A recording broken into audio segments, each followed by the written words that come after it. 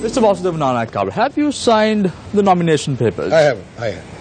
For which district will you be contesting? Ratnapura district. There has been occasions in which, just because you sign the nominations papers, you just don't receive the nomination to contest an election. Will that happen this time around as well?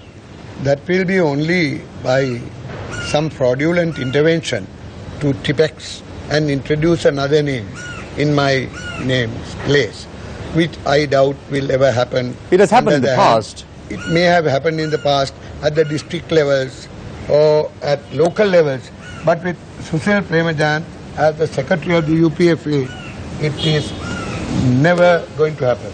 Who don't you trust in this clan? Well, there are the sections who are opposed to the Mahinda faction, who can influence Sushil. Those Sushil will refuse to be influenced wrongly.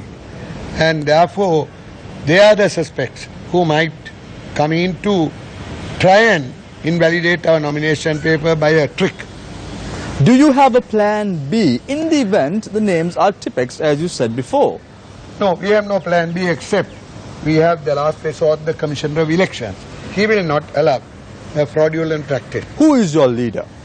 Mahinda Rajapaksa. Why not President Maithripala Sirisena, who is the chairman of the Sri Lanka Freedom Party and also the leader of the United People's Freedom Alliance? Well, we can accept him as a co-leader because he is now the chairperson of the SLP and the UPFA. But he was not the popular leader elected by the SLP. But he received 6.3 million votes at the last presidential elections. UNP vote. UNP and other vote aligned to the UNP. Our vote came entirely to Mahinda. Can you move forward without accepting President Maithripala Sirisena as the leader? Yes, we can move forward on the footing that he is a part of the leadership. You have been an advocate against corruption, suppression over the last few years. Yes. This time around, Mrs. Nanayakara, will nominations be given to individuals who advocate suppression, corruption? Well, to advocate suppression is insufficient. We have to ascertain corruption or such other defilements in a person in the political life. Has the position of Vasudeva Nanayakara changed over the years? That is what I'm gathering right now. I am uncompromising and irreconcilable on the questions of corruption.